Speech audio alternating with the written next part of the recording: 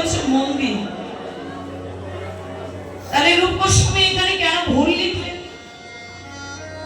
হৃদয়টা কন্দর হলো কেন? কন্দর মানে তো গুহা, আর গুহায় কারা থাকে? সাপ, পোকামাকড়, বাঘ, ভাল্লুক, এগুলির বাস, পশুদের বাস। আর মন্দির মানে যেখানে দেব দেবতা বাস করে। তাহলে হৃদয়টাকে কেন কন্দর বা গুহার সঙ্গে তুলনা করলে? রূপ গোস্বামী তাদিকে বলছে, ওই দিন হৃদয়টা আমার কতদিন মন্দির ছিল, কতদিন, যতদিন আমি মায়ের গর্ভে ছিলাম। মা খেলে আমার খাওয়া হয়ে যেত। সেদিন আমি জানতাম না লোভ কাকে বলে, সেদিন আমি জানতাম না কামনা কাকে বলে, হিংসা কাকে বলে। সেদিন আমার এই হৃদয়টা ছিল মন্দির। যেদিন আমি মায়াই সংসারে ভূমিষ্ঠ হলাম, সেদিন মাতৃস্তন পান করবার সঙ্গে সঙ্গে লোভ, লালসা, মোহ, কামনা, ছয়টি পশু এসে আমার এই দেহটাকে আক্রমণ করলো। কাম, ক্রোধ, লোভ, মোহ, মদ, মাৎসর্য, ছয়টি রিপুকে যখন আমার এই দেহটা আক্রমণ করলো, তখন ওই দেহটা হয়ে গেল আমার খন্দ, গুহা। তবে শুনেছি কোন মহামণি, কোন ঋষি, কোন পথ প্রদর্শক যদি জ্ঞানের আলোকে প্রজ্বলিত করাতে পারে সেই গুহার মধ্যে, সেই গুহাটাও একদিন ধীরে ধীরে মন্দিরে পরিণত হয়ে যায়। হে শ্রী চৈতন্য মহাপ্রভু, তুমি হলে সেই মহাপুরুষ। আজ আমি তোমার চরণে শরণাগত হলাম। হে সচিনন্দন গোরা, দেখুন বাবা, এখানে যারা পণ্ডিত তাদের পাণ্ডিত্যটা কিন্তু শেষ পর্যন্ত তার লেখনীতে ধরে রাখে, প্রমাণ দিলে। কেন? তিনি তো জগন্নাথ মিশ্র তোমায় লিখতে পারতেন, সরাসরি নিমাই লিখতে পারতেন, বিশম্বর লিখতে পারতেন, অনেক নাম তো তার আছে। কেন সচিনন্দনই লিখলেন? সচিনন্দন লেখার কারণ হচ্ছে যে মা স্বয়ং চৈতন্য মহাপ্রভুর মতো একজন রত্নকে গর্ভে ধারণ করে, সেই মাকে যদি প্রণাম না জানানো হয়, তাকে যদি সম্মান না জানানো হয়, তাহলে চৈতন্য মহাপ্রভুকে সম্মান জানিয়ে লাভ নেই।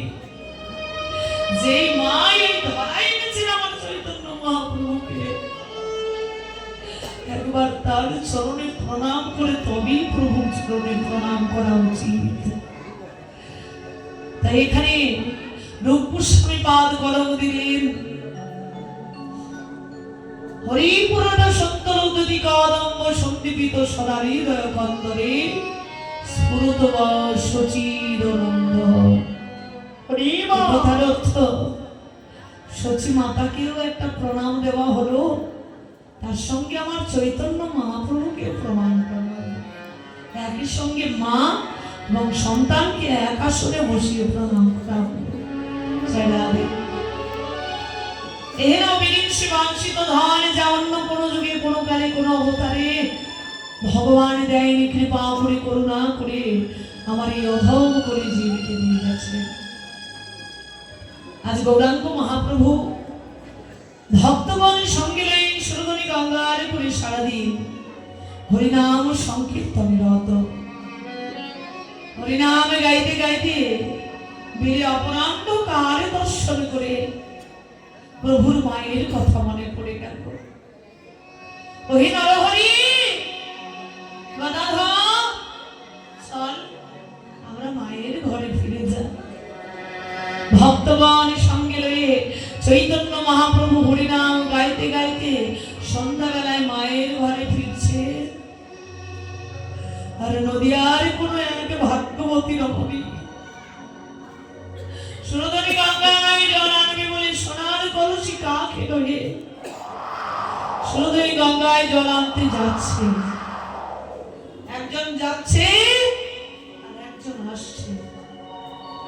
মাঝ পথে হয়ে গেল পথের দেখা। আর এই দেখা কি সেই দেখা? স্বয়ং অপলক্ষ অপরূপ আমার সোনার গৌরাঙ্গ ওই রূপে যেটা একবারে নয়নে দেবে সে কি আর নয়নে ফেরাতে পারে? নদিয়ার নগরী মেয়েটা কে ছিল বাবা? অন্য কেউ নয়, স্বয়ং আমার বিষ্ণুপ্রিয়া গোলারূপ দর্শন করে দেহ মন প্রাণ জীবন যৌবন আমার মৃত্যু সঁপে দিয়ে এক মনে এক চিত্তে কায় মনোবাক্যে আমার গৌরূপের পানে চেয়ে আছে। হে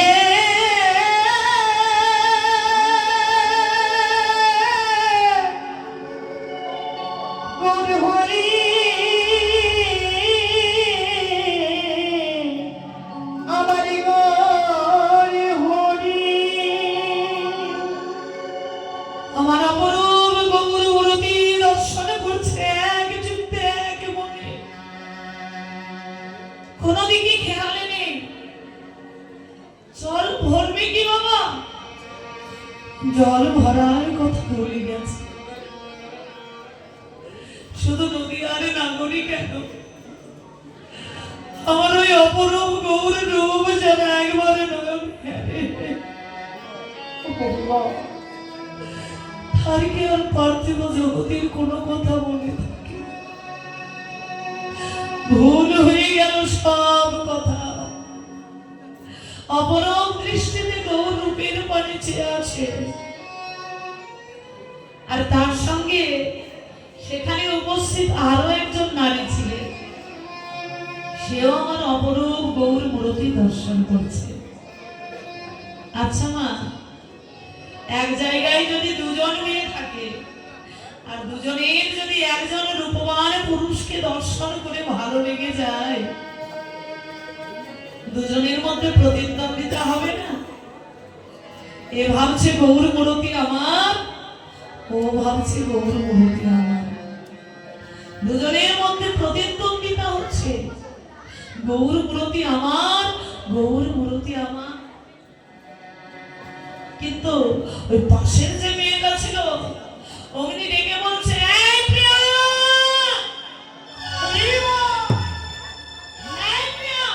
জল ভরতে এসেছি, জল ভরে নিয়ে চলে যা। আমার গৌর রূপের মনে অমন করে দেখছিস কেন?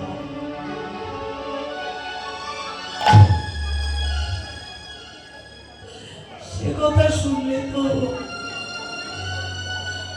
শুনবে কি করে? পাশের যে মেয়েটা ছিল সে তো আর আমাদের মতো সাধারণ মেয়ে নয়।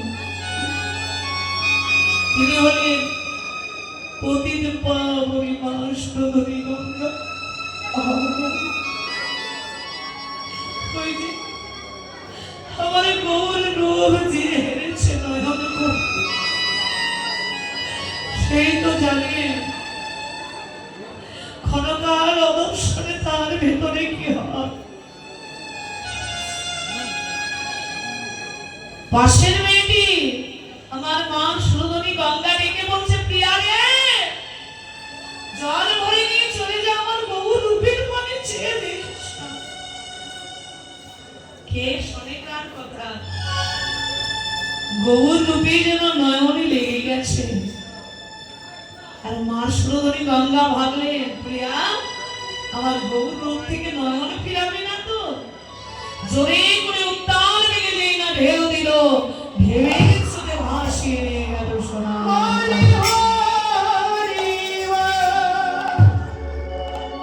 আর যেই না কলসি হারিয়ে গেছে, আমার সোনার কলসি হারিয়ে গেল। অমনি তীরের দিকে লক্ষ্য করে দেখে আমার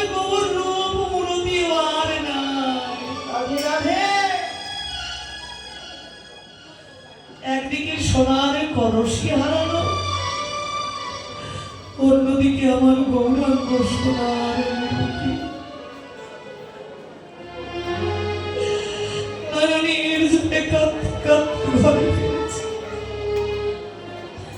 মা দেখে বলছে, প্রিয়া জল আনতে পাঠিয়ে দিলাম মা, কোথায় গেল কাঠের কলসি? কোনো কথা নেই। একজন 12 থেকে 13 বছরের একটা ছোট্ট মেয়ে, লোভ লালসা মোহ কামনা জানে না, সবে শৈশব থেকে কৈশোরে পা দিয়েছে। অমনি আমার গৌর রূপের দর্শন, মনোপ্রাণ সকলে কিছু এই রূপের মানুষের চরণে অর্পণ করে আমার মধ্যে যার কিছু বাকি নাই। গৌরকে যে ভালোবেসেছে সে কথা মাকে বলবে কি করে? মাকে বলতে পারলো না। বাবা দেখে বলছে, মা প্রিয়া কি হয়েছে তোমার, কথা বলো। বাবার কথাতে উত্তর দিতে পারছে না। মনে মনে চিন্তা করলেন, এ জগতে যে কথা কাউকে বলা যায় না, বাবার কাছে নয়, মার কাছে নয়, সে কথা একজনকে বলা যায়। সেটা কি বাবা? প্রিয় বন্ধু অথবা প্রিয় বান্ধবীর কাছে। বাবা মা চিন্তা করলো, তাহলে বিষ্ণুপ্রিয়ার যে বাল্য সখী আছে কাঞ্চনা, কাঞ্চনাকে দেখা হোক। সঙ্গে সঙ্গে কাঞ্চনা এসে দাঁড়িয়েছে। প্রিয়া, এই প্রিয়া, কি হয়েছে? আমার করে কাঁদছিস কেন? আর অমনি ছুটতে গিয়ে কাঞ্চনার গলা জড়িয়ে ধরে নয়নে জলে কেঁদে বলছে, সখী কি এবিলাম অপরূপ গুণরূপণী রে, গুণরূপণী রে, আমি চন্দ্র নিঙ্গলিয়া নিঙ্গলিয়া নীরবী রবি নীরবিলা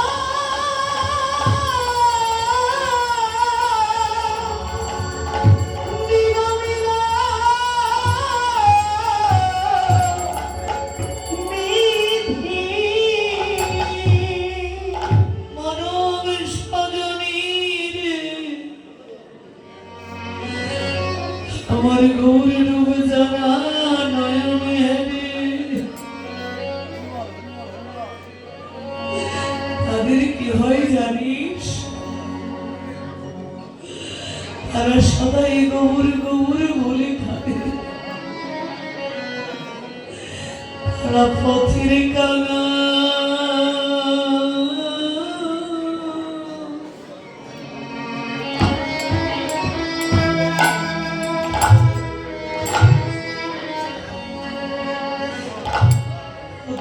কাঙাল হয়ে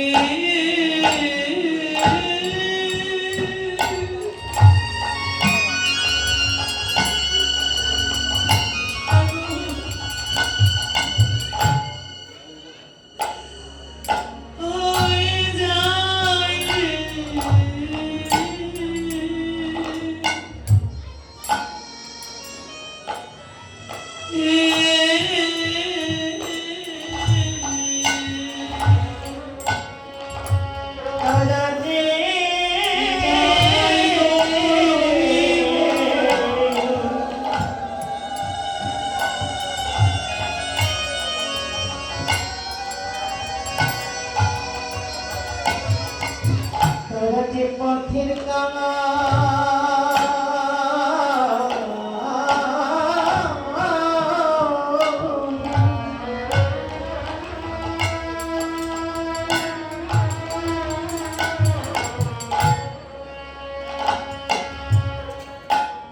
পথের কাঙাল হয়ে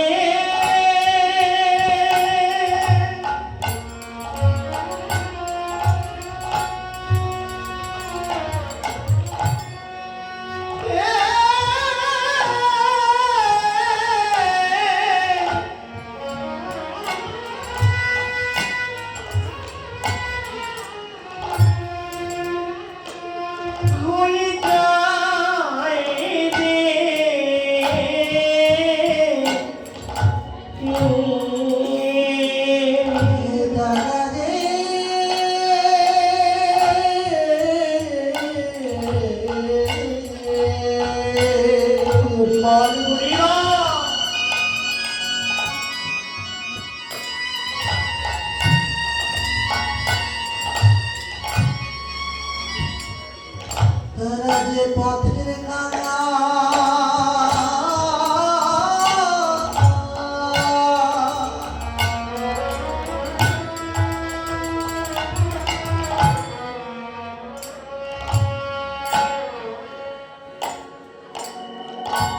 পথের কাঙাল হয় না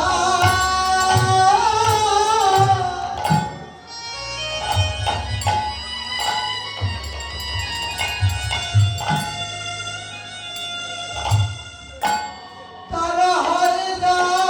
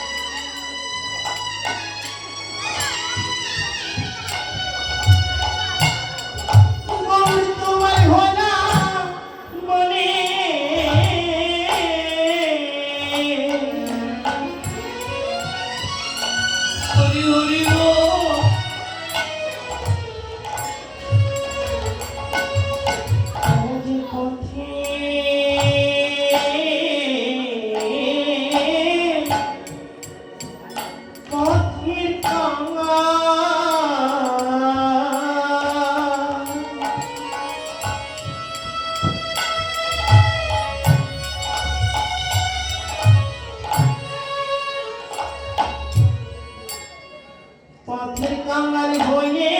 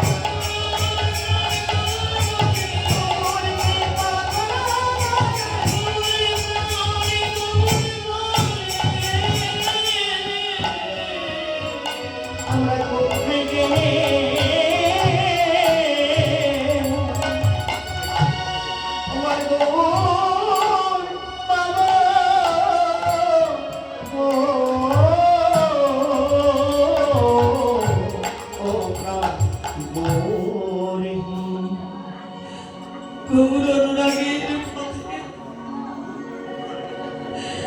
নয়ন ভিজিয়ে হৃদয় মন প্রাণ শোকে দিয়ে গৌর গৌর বলে কাঁদে। কাঞ্চনা বলছে, সখী কি এমন আছে ওই গোড়া রূপে? কেনই বা জীবী কাঙাল হয়? সজনী, শুদ্ধ গৌর অনুরাগী ভক্ত যারা, যারা গৌরের চরণে সার করেছে, গৌর ছাড়া যারা আর কিছু জানে না, তাদের এমন দশা হয়। কেন হয় জানিস? কেননা পার্থিব জগতে আমার যাদেরও কলঙ্ক আছে, যাদের অভিমান আছে, আত্মহংকার আছে, আমার গোড়া রূপের কোনো কলঙ্ক নাই, কোনো অভিমান নাই, কোনো অহংকার নাই। যাদের কলঙ্ক হলো কেন? যাদের একজন নয়, দুজন নয়, মোট 27 জন স্ত্রী, দক্ষরাজের 27 জন কন্যা শুধুমাত্র ছাদের গলায় বড়মাল্য দিয়েছিলেন, এবং দক্ষরাজের যতগুলি কন্যা সকলেই রূপবতী এবং গুণবতী। এত রূপবতী গুণবতী যার স্ত্রী, সেই ছাদ এতগুলি স্ত্রীকে ঘরে রেখে কামনার নয়নে দিয়েছিলেন গুরু পত্নী তারার দিকে। আর গুরুদেব অভিশাপ করেছিলেন, সাত মাত্র 15 দিনের মধ্যে তুমি ক্ষয় হয়ে মারা যাবে। গুরুদেবের অভিশাপে চাঁদ যখন ক্ষয় হতে শুরু করে গলে যেতে আরম্ভ করলো, চাঁদের স্ত্রীগণ বিপদগ্রস্ত হয়ে ছুটে গেলেন দেবাদিদেব মহাদেবের নিকটে। কেননা জগতে আর কেউ রক্ষা করুক আর না করুক, আমার বাবা ভোলা মহেশ্বর তিনি রক্ষা করুন। কেন? কেননা তিনি হচ্ছেন আশুতোষ, তাকে বেশি কিছু দেওয়ার দরকার হয় না, তিনি অল্প দিয়েই সন্তুষ্ট। অনেক দেবদেবতার পূজায় অনেক কিছু উপাচার প্রয়োজন হলেও আমার বাবা ভোলানাথকে সন্তুষ্ট করার জন্য বেশি কিছু লাগে না বাবা। কোনো ভক্ত যদি ভক্তি ভরে দুপুরটা চোখে জলে একটু গঙ্গার জল একটা বেলপাতা দিয়ে ওম নমঃ শিবায় বলে তাকে অর্পণ করে, তবেই তার কৃপা হয়ে যায়। এজন্য তার আরেক নাম হচ্ছে পাগলা ভোলা। সে এতই পাগল, তাকে যদি কেউ তাচ্ছিল্যতা বশত যদি কেউ একটু বেলপাতা একটু জলে নিবেদন করে, সেটাই তিনি সন্তুষ্ট হয়ে গ্রহণ করেন। জয় রাধে। তাহলে বাবার কাছে ছুটে গেলেন, কারা গেলেন? চাঁদের 27 জন স্ত্রী। সম্পর্কে মহাদেবের কে হন? দক্ষরাজের বড় মেয়ে সতীর সঙ্গে বিবাহ হয়েছে দেবাদিদেব মহাদেব, সম্পর্কে তারা আত্মীয়। এবার 27 জন স্ত্রীগণ গিয়ে দাঁড়িয়েছে, হে দেবাদিদেব মহাদেব, কৃপা করে আমাদের স্বামীকে রক্ষা করুন। তোমরা কারা? আমরা হলাম দক্ষরাজের 27 জন মেয়ে, আপনার স্ত্রীর ভগিনী। তোমরা তো আমার নিকটাত্মীয়, কেন এসেছো আমার কাছে? দেখুন, আমাদের আর কিছু চাই না, আমরা বড় বিপদে পড়ে আপনার কাছে এসেছি। আমরা এতগুলি সতী পতিব্রতা স্ত্রী লোক, পতি যদি মারা যায় আমরা শাখা সুদূর হারিয়ে আমরা পথের কাঙাল হব। দয়া করে আমাদের স্বামীকে বাঁচিয়ে দিন। আমাদের স্বামী বিপদগ্রস্ত, গুরু বৃহস্পতির অভিশাপে ক্ষয় হয়ে মারা যাচ্ছে, মাত্র 1 কলা চাঁদ বাকি আছে। সর্বনাশ, তাড়াতাড়ি নিয়ে এসো, কেননা আমার চরণে যে শরণাগত হয় তাকে আমি রক্ষা করে দেব। যাও, তোমাদের পতিকে নিয়ে এসো। এবার 1 কলা চাঁদকে নিয়ে এসে কোথায় রাখলেন? শিবের জটায়। কেননা শিবের জটায় কোনো অভিশাপ কাজ করতে পারে না, এতটাই পবিত্র শিবের জটা, সেখানে কোনো অভিশাপ প্রবেশ করতে পারবে না। কোনো জটায় রাখো। এজন্যই মহাদেব ওই চাঁদকে সেটা ধারণ করলেন বলে তার আরেক নাম হলো চন্দ্র শেখর। এবার চাঁদের স্ত্রীগণ চলে গেলেন গুরুদেবের নিকটে, স্বামীকে তো বাঁচাতে হবে। এদিকে অন্ধকার ঘনিয়ে এসেছে, ভগবানের তো চাঁদ নেই। অন্ধকারে পথ চলতে গিয়ে গুরুদেব বৃহস্পতি হোঁচট খাচ্ছে। এবার বারবার যখন হোঁচট খাচ্ছে, এবার নিজে নিজে একা একাই বকবক করে বলছে, সর্বনাশ, কি যে ভুল করলাম। চাঁদকে এত বড় অভিশাপ না দিলেও পারতাম। অভিশাপ দিয়েছি। চাঁদের স্ত্রীরা যদি আমার কাছে আসতো, তাহলে তার বাঁচার উপায়টাও আমি জানি বলে দিতাম। সোম তীর্থে গিয়ে চাঁদকে স্নান করালেই আবার পূর্ণ দেহতা ফিরে পেত, কিন্তু মারাই তো গেছে, আর তো সম্ভব না। নিজে নিজে একা একা বকবক করছে, আর অন্ধকারে দাঁড়িয়ে চাঁদের 27 জন স্ত্রী শুনে ফেললেন। সঙ্গে সঙ্গে মহাদেবের জটা থেকে নিয়ে গেলেন কোথায়? সোম তীর্থে। জয় রাধে। ভারতবর্ষের ওই সোম তীর্থ এমন একটি জায়গা বাবা, সেখানে এত স্বর্ণ অলংকার, এত সেখানে ধন সম্পত্তি, একবার নয়, দুবার নয়, 7 বার আক্রমণ করা হয়েছিল ওই মন্দিরকে। কেন? সেখানকার সম্পত্তি লুট করবার উদ্দেশ্যে। এতবার আক্রমণ করার সত্ত্বেও সেখানে এখনো অনেক অর্থ, সেখানে অনেক ধন সম্পত্তি রয়েছে। যারা সেই সোম তীর্থ, বর্তমানে সেটার নাম হচ্ছে প্রবাস তীর্থ।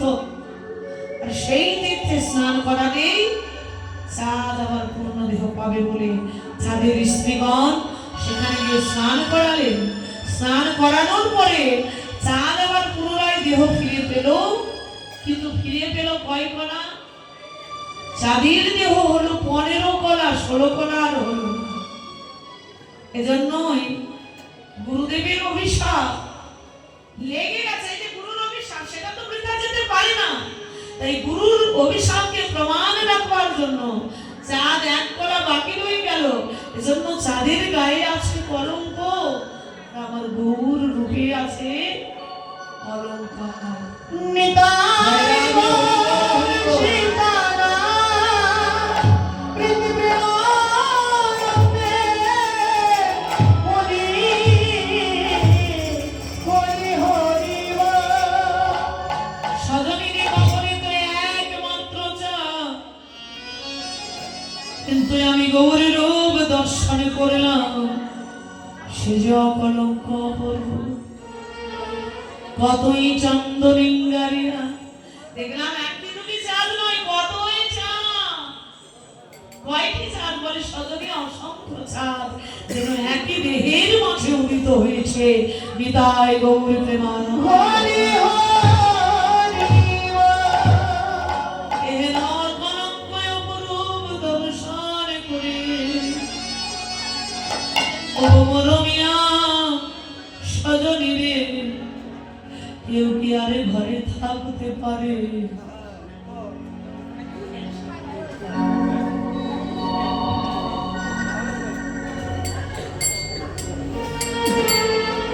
হরি হরি বল।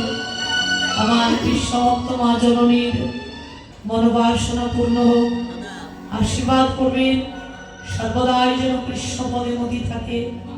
আপনাদের মতো ভক্তি ঘুরি মাখতে মাখতে একদিন রাধা কৃষ্ণ যুগল সেবায় লাগতে পারে। নিতাই গৌর হরি হরি বল। হরি হরি বল।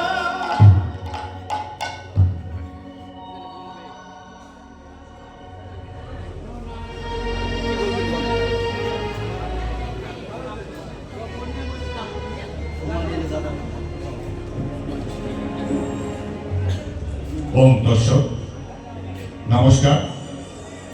বিশ্ব দেশ ও জাতি মানব কল্যাণ মঙ্গলার্থে শ্রী শ্রী তারক ব্রহ্ম মহানন্দ অনুষ্ঠান ও শ্রী শ্রী রাধাকৃষ্ণ অষ্টকালী লীলা কীর্তন আজকে এই কাকমারি রানীদিনী মুনি মহাশাসন কর্তৃক আয়োজিত, এবং আজকের এই আয়োজনে উপস্থিত আমাদের সম্মানিত সভাপতি নীলমণি সরকার এবং সম্মানিত সাধারণ সম্পাদক নীলকমল পাল এবং সম্মানিত আজকে যারা অভিজ্ঞাকৃত আমাদের শ্রদ্ধেয় কীর্তিনা, সম্মানিত সহযোগী কীর্তিনা এবং বিভিন্ন জায়গায় আগত বক্তবৃন্দ, প্রত্যেককে আমার নমস্কার, অভিনন্দন, শুভেচ্ছা জানাচ্ছি। সনাতন ধর্মাবলম্বীদের সকল জীবের শান্তি সম্প্রীতি সৌহার্দ্য উত্তরণের জন্য আজকে এই মানব সেবার একটি মহোৎসব আয়োজন করেছে।